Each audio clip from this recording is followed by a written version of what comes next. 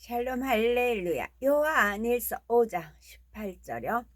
하나님께로부터 난 자는 다 범죄하지 아니하는 줄을 우리가 아노라. 하나님께로부터 나신 자가 그를 지키심에 악한 자가 그를 만지지도 못하느니라.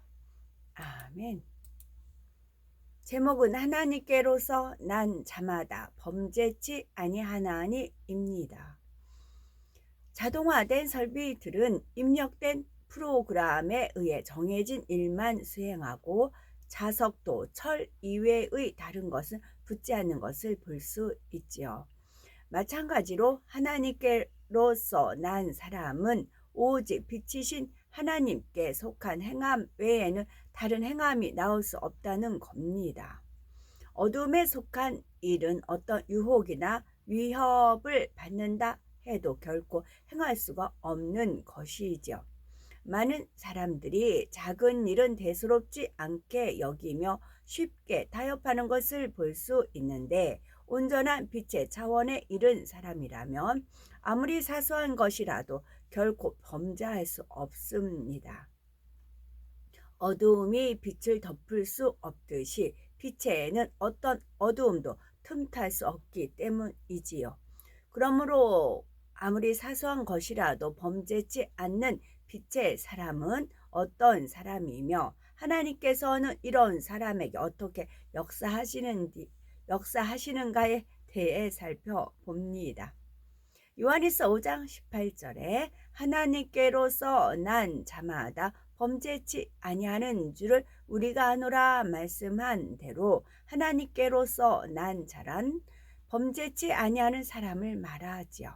하나님께서는 독생자를 십자가에 내어 주시기까지 우리를 사랑하셨으니 우리는 하나님을 사랑해야 마땅한 것이며, 하나님을 사랑한다는 것은 곧 그의 계명을 지키는 것입니다.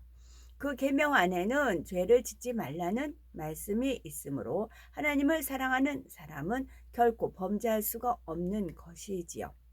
마가복음 7장 21에서 23절을 보면 속에서 곧 사람의 마음에서 나오는 것은 악한 생각 곧 음란과 도적질과 살인과 간음과 탐욕과 악독과 속임과 음탕과 흘기는 눈과 회방과 교만과 광패니 이 모든 악한 것이 다 속에서 나와서 사람을 더럽게 하느니라 말씀했지요.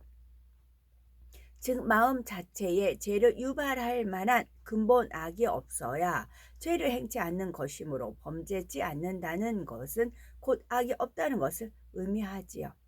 겉으로 깨끗해 보이는 물건에도 미세한 균들이 있을 수 있는 것처럼 자신은 악이 없다고 생각할 수 있지만 막상 중심을 감찰하시는 하나님 편에서 보면 자신이 모르는 악이 있을 수 있습니다. 이런 사람은 그 악이 나올 만한 상황이 되면 결국 드러나게 되는 것이지요. 그러므로 어떤 상황에서도 범죄치 않으려면 근본에 있는 악의 모양이라도 다 버려야 합니다. 하나님 보시기에 악이 없는 사람은 설령 악으로 관영된 곳에서 산다 할지라도 그 악에 물들 수 없지요. 이미 육을 체험하며 그것이 무익한 것임을 알고 그 무익한 육을 벗어낸 상태이기 때문에 다시는 썩어지고 변하는 육으로 돌아가지 않는 것입니다. 이처럼 악이 전혀 없으므로 죄를 행치 않으며 이러한 모습이 어떤 상황에서도 변함없는 사람이 곧 하나님께로서 난 자인 것이죠. 먼저 다니엘과 그의 세 친구를 들을 수 있습니다. 주전 605년경 유다가 바벨론 왕 느부갓네살의 제1차 침입을 받았을 때 다니엘은 젊은 나이로 바벨론의 포로로 잡혀가게 되었죠. 그런데 바벨론 제국의 느부갓네살 왕은 융화 정책의 일환으로 포로들 중 유능한 인재를 뽑아 나라의 일꾼으로 등용하였는데, 이때 다니엘은 그의 세 친구들과 함께 고위 관직에 올랐죠. 그 후 벨사살 왕에 이은 다리오 왕은 뛰어나고 민첩한 다니엘을 세워 전국을 다스리게 하고자 했습니다. 그러자 이를 시기한 총리들과 방백들은 한 가지 관계를 꾸며 왕께 나아가죠. 즉 왕으로 하여금 30일 동안 누구든지 왕 외의 어느 신에게나 사람에게 무엇을 구하면 사자굴에 던져 넣기로 하는 금령을 세우게 했던 것입니다. 그러나 다니엘은 이러한 사실을 알면서도 여전히 전에 행하던 대로 하루에 3번씩 무릎을 꿇고 하나님께 기도하였지요. 사자굴에 던져지는 위협 앞에서도 끝까지 하나님 앞에 자신의 할 바를 행했고, 차라리 사자굴에 들어갈지언정 기도 쉬는 죄를 범치 않았던 것입니다. 다니엘의 세 친구 역시 평소보다 7배나 더 뜨거운 풀무불에 던져지는 상황에서도 우상 앞에 절하지 않고 끝까지 신앙의 절개를 지켰지요. 오늘날 많은 사람들이 믿는다 하면서도 막상 어떤 문제에 부딪히거나 어려움을 만나면 이내 타협하고 마는 것을 보지요. 그러나 다니엘이나 그의 세 친구는 생명이라도 아까워하지 않을 만큼 하나님을 경외하고 사랑하였으니 하나님 앞에 결코 범죄할 마음이 아니었음을 알 수가 있죠. 다음으로 요셉도 하나님께로서 난 사람이라 할 수가 있죠. 요셉은 아버지 야곱의 지극한 사랑을 받았으나 이복 형들의 시기로 인해 애굽의 종으로 팔려가게 되었죠. 요셉이 이렇게 된 데에는 형제들의 허물을 아버지에게 고자질하고 자신을 자랑하며 드러내고자 하는 마음 등 온전하지 못한 모습에서 원인이 있었죠. 물론 요셉은 형들의 불의를 아버지에게 알리는 것을 옳게 여겼기 때문에 그렇게 한 것이었죠. 그러나 요셉이 하나님의 지혜를 받아서 자기가 옳다 여기는 의를 하나님 보시기에 옳은 의로 바꾸어 갔다면 형들의 시기와 미움을 받지 않을 수도 있었을 것입니다. 그러면 이러한 요셉의 모습을 통해서 무엇을 깨달을 수가 있을까요? 진정 하나님께로서 난 자가 되기 위해서는 상대의 허물을 드러내고자 하는 마음을 버려야 한다는 것입니다. 설령 상대의 허물을 발견해도 사랑으로 덮어주고 더욱이 그것이 윗사람의 허물이라면 마치 자신의 허물처럼 여기며 함께 책임을 느껴야 하는 것이죠. 아랫사람의 허물에 대해서도 마찬가지로 오직 용서의 마음이 되어서 상대가 돌이킬 수 있도록 기도하고 사랑의 권면을 해주어야 하는 것입니다. 요셉을 통해 또 한 가지 깨달아야 하는 것은 상대의 시기와 미움을 유발하지 않을 뿐 아니라 분노까지도 삭혀줄 수 있어야 한다는 것입니다. 요셉은 아직 진리를 깨닫지 못한 상황에서 형들의 잘못을 고자질했고 이로 인해 형들의 시기와 미움을 사게 되었죠. 그러나 진리를 아는 사람이라면 지혜롭게 행하여 상대로 하여금 오해케 하지 말아야 하며 또한 자기 보기에 옳다고 해서 무조건 행하는 것이 아니라 상대의 입장이 되어 한번 생각해 보고 행하는 지혜가 필요한 것입니다. 요셉에게는 바로 이런 점이 부족해서 형들의 시기와 미움을 얻어 애굽의 노예로 팔려가게 된 것이지요. 그러나 그곳에서 그는 하나님께서 원하시는 그릇으로 변화되어 갑니다. 남의 종으로 있으면서 낮아지는 법을 배웠고 감옥에 있으면서 참고 인내하는 법을 배웠으며 또한 자신이 옳다 여기는 대로 행하는 것이 아니라 하나님 보시기에 옳은 것을 행하는 중심, 그래서 어떤 유혹에도 범죄하지 않을 수 있는 온전한 마음으로 변화되었지요. 이처럼 하나님께로서 난 자가 되기 위해서는 죄를 범할 여지조차도 없도록 철저히 악의 근본까지 마음에서 벗어내야 하는 것입니다.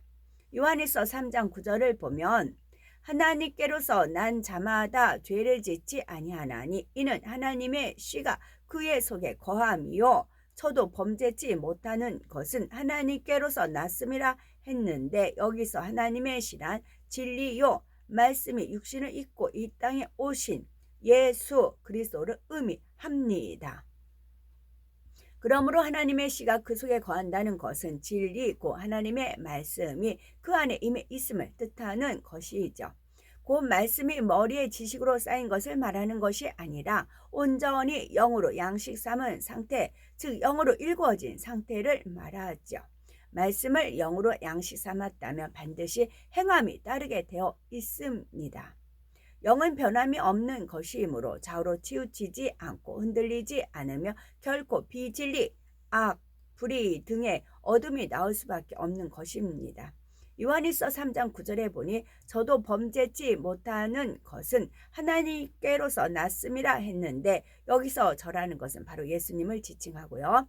말씀이 육신을 입고 이 땅에 오신 예수님께서는 하나님의 마음을 그대로 지니셨기 때문에 진리 안에서 하나님의 뜻대로 순종하여 모든 율법을 완성하셨습니다. 이는 예수님께서 하나님께로부터 나신 분이며 하나님의 씨가 그 속에 거했음을 증거해 주는 것이지요. 그러므로 우리도 하나님의 씨, 즉 말씀을 우리 마음에 확실하게 심고 양식 삼아야 하며 그럴 때만이 어두움이 빛 앞에 어찌할 수 없듯이 악한 자가 빛의 자녀된 권세를 가진 우리를 감히 만지지도 못하는 것입니다. 하나님께로서 난 사람이다 라는 인정을 받으려면 어떤 상황에서도 범죄치 않아야 합니다. 어떤 상황에서도 범죄치 아니함으로 하나님께로서 난 자가 되면 하나님께서 지켜주시고 함께해 주신다는 증거가 나타나지요. 요한일서 5장 18절에 하나님께로서 나신 자가 저를 지키심에 악한 자가 저를 만지지도 못하느니라 말씀한 대로 하나님께로서 난 자, 즉 하나님께로부터 지킴을 받는 사람은 어떠한 질병이나 문제가 있을 수 없지요. 설령 원수 마귀가 시험 환난을 가져오려 해도 하나님께서 그것들을 물리치시고 지켜주시니 있던 문제도 자연히 떠날 뿐 아니라 빛의 자녀된 권세가 함께함으로 놀라운 축복을 받아 나가게 되는 것입니다. 다니엘이나 그의 세 친구들에게는 너무나 확신한 증거가 함께했죠. 다니엘의 세 친구는 우상 앞에 절하지 않는다고 평소보다 7배나 더 뜨겁게 한 풀무불에 던져졌지만 그 불이 능히 그들의 몸을 해하지 못했고 다니엘 역시 사자굴에 던져졌지만 하나님께서 천사들을 보내어 사자들의 입을 봉해 버리시니 다니엘을 해할 수가 없었지요. 다니엘과 그의 세 친구들은 이를 통해 하나님께 크게 영광을 돌릴 뿐 아니라 그들 자신도 이전보다 더 높은 자리에 오를 수 있었습니다. 노예로 팔려가서 억울하게 감옥에 갇혔던 요셉 역시 30세의 나이에 왕의 신임받는 애굽의 총리로 세워졌고 요셉의 명철과 지혜에 탐복한 왕은 너는 내 집을 치리하라. 내 백성이 다 네 명을 복종하리니 나는 너보다 높음이 보좌뿐이니라 했지요. 하나님께서 함께 하시는 사람에게는 바로 이러한 증거가 나타나는 것입니다. 또한 하나님께로서 난 사람은 가정과 일터, 사업터에 축복이 넘쳐날 뿐 아니라 생명까지도 지킴을 받습니다. 사망의 음침한 골짜기로 다닐지라도 우주 만물과 온 인류의 생사화복을 주관하시며 졸지도 주무시지도 아니하시는 하나님께서 동행해 주신다면 모든 환난을 면하게 되지요. 설령 악한 사람들이 함정을 놓았다 해도 하나님께서 지키실 것이며 또 죽는다 해도 아름다운 천국이 예비되어 있으니 아무것도 염려할 것이 없지요. 하나님께서는 우리가 항상 진리 가운데 빛 가운데 행하며 틀림없이 역사하시며 약속대로 지켜주십니다. 그러므로 정녕 하나님께서 원하시는 빛의 자녀가 되어 항상 진리와 빛 가운데 행하심으로 악한 자가 만지지도 못하는 복된 삶을 영위하는 우리가 되어야 되겠습니다. 아멘.